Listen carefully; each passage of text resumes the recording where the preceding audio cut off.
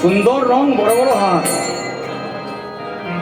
দেখে লোক মোহিত হয়ে গেছে, বলছে এই যে এলো এইরকম ভোরবেলা, বোধহয় নিশ্চয়ই নিজ স্ত্রীকে বোধহয় গলায় পা দিয়ে রেখে এসছে, না হলে ছাড়ে নাকি? এইরকম ঠান্ডায় স্বামীকে ছেড়ে দেবে? এটা কখনো হতে পারে? আর বোধহয় নিজের মাকেও বোধহয় ভালো করে ভুলভাল বুঝিয়ে তাকেও বোধহয় গলার টিপে রেখে দিয়ে তবে এসেছি। না হলে এমন মায়ের প্রাণ কি ছাড়তে পারে? মায়ের প্রাণ কি ছাড়তে পারে? মায়ের প্রাণ কি ছাড়তে পারে? কেউ কখনো এইরকম ছেলেকে কখনো পাঠায় নাকি? ছাড়তে পারে কখনো?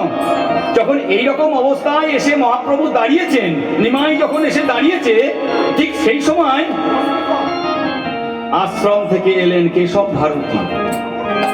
কেশব ভারতী এসে বলছে, নিমাই কি অবস্থা? বলছে, প্রভু গুরুদেব, আমি এসেছি আপনার আশ্রমে। বলছে, কি অভিপ্রায় কি তোমার বলো? বলছে, আমি এসেছি তোমার আশ্রমে, আমায় প্রভু আপনি সন্ন্যাস ধর্মে দীক্ষা দিন। নিমাই, তুমি কি কথা বলছো? তুমি কি কথা বলছো? এখন তুমি সন্ন্যাস নেবে? বয়স তোমার 24 বছর। 24 বছরে কখনো সন্ন্যাস হয়? তুমি বড় পণ্ডিত নবদ্বীপের, তুমি শাস্ত্রজ্ঞ, তুমি জানো না চতুরাশ্রম প্রথা? প্রথম হচ্ছে ব্রহ্মচর্য, তারপর গার্হস্থ্য, তারপর বানপ্রস্থ, অবশেষে সন্ন্যাস। বলছে, এখন তুমি সন্ন্যাস গ্রহণ করবে 24 বছর বয়সে? না না, এখন সন্ন্যাস নয়, তুমি ফিরে যাও। ব্রহ্মচর্য হয়েছে, গার্হস্থ্য জীবন তুমি করো, তারপর বানপ্রস্থ হয়ে যাবে, অন্তত 50 বছর হোক। 50 বছর হলে তুমি বরঞ্চ আমার কাছে আসবে, আমি তোমায় দীক্ষা দেব। বলছে, না না, 50 বছর নয়, যার হয় তার প্রথম থেকেই হয়। প্রহ্লাদ জন্মগ্রহণ করার পরেই কৃষ্ণ ভক্ত হয়েছেন।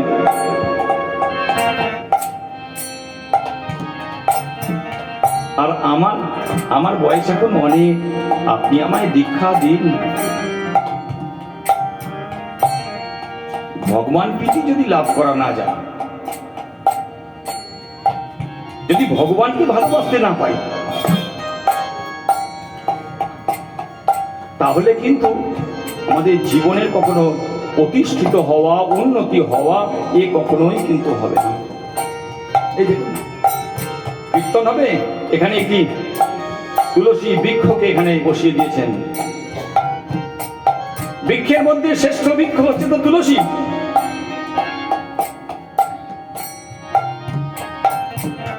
বাড়িতে যদি তুলসী বৃক্ষ না থাকে, বলে এই গৃহটা, এই মাটিটা হচ্ছে শ্মশান তুল্য।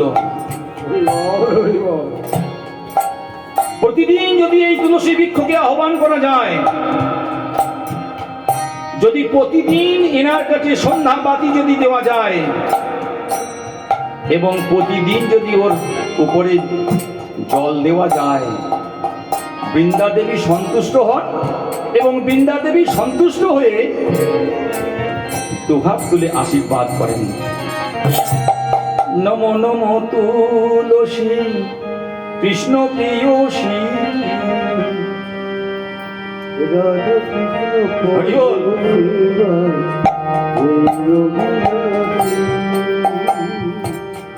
নমো নমো তুলসী কৃষ্ণ প্রিয়সী, রাধা কৃষ্ণ পদ শিব এই অভিলাষী। কিন্তু বলেছেন ভজ শ্রীকৃষ্ণ। কয়েক সম্পর্ক বলছে, কি নাম করছেন? ভজ শ্রীকৃষ্ণ। আমরা তো রাধা গোবিন্দকে চিনি, এমন নাম করুন যে নামের মধ্যে রাধা এবং কৃষ্ণ দুজনেই থাকবে। আপনি বলছেন ভজ শ্রীকৃষ্ণ। যে জনা কৃষ্ণ ভজে সে হয় আমার প্রাণ দিয়ে। শুধু কৃষ্ণকে ভজলে হবে? যদি রাধারানীর কৃপা না হয়, হবে না তো। আর রাধার কৃপা হলে কৃষ্ণ কৃপা অবশ্যম্ভাবী।